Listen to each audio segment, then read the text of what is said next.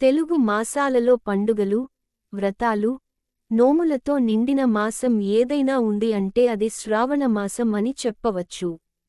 ఈ మాసం మొత్తం ఆలయాలు భక్తులతో కిటకిటలాడడంతో పాటు ఇంట్లో కూడా ప్రత్యేకంగా పూజలు చేసుకుంటూ ఉంటారు. మరి ముఖ్యంగా స్త్రీలు ఇంట్లో ఆనందం, శ్రేయస్సు, సంపద కోసం ప్రత్యేకమైన పూజలు నిర్వహిస్తూ ఉంటారు. ఈ మాసంలో ఏ ఇల్లు చూసినా దేవాలయం మాదిరిగానే కనిపిస్తుంది. ఎన్నో విశిష్టతలకు నెలవైన ఈ మాసంలో కొన్ని నియమాలు తప్పనిసరిగా ఆచరించాలని పెద్దలు చెబుతూ ఉంటారు. మరి ముఖ్యంగా స్త్రీలు తప్పకుండా ఈ మాసంలో కొన్ని విషయాలను పాటించాలని చెబుతున్నారు. అవేంటో ఇప్పుడు మనం తెలుసుకుందాం.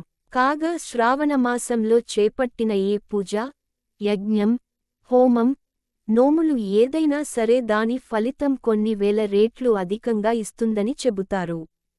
శ్రావణ మాసంలో వచ్చే ప్రతి రోజుకు ప్రాముఖ్యత ఉంటుంది.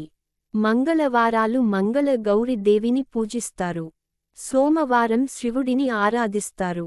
రుద్రాభిషేకం, బిల్వ పత్రాలతో అభిషేకం చేస్తారు.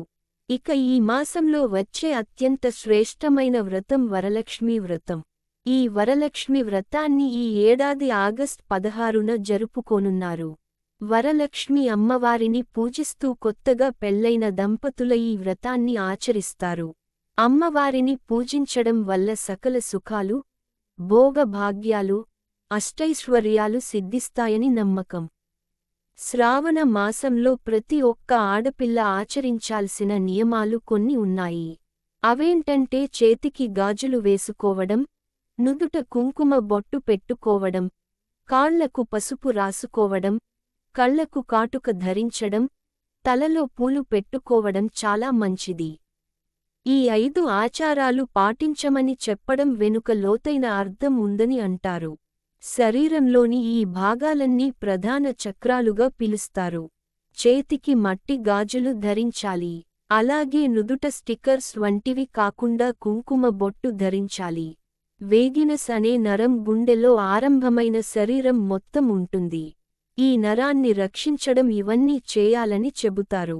దేహంలోని ఈ శరీర భాగాలు ఉద్రేకభరితం కాకుండా ఆనందంగా ఉంచడం కోసం వీటిని ధరించాలని చెబుతారు. అలాగే ఇవి ప్రతి ఆడపిల్లకు అందాన్ని ఇస్తాయి.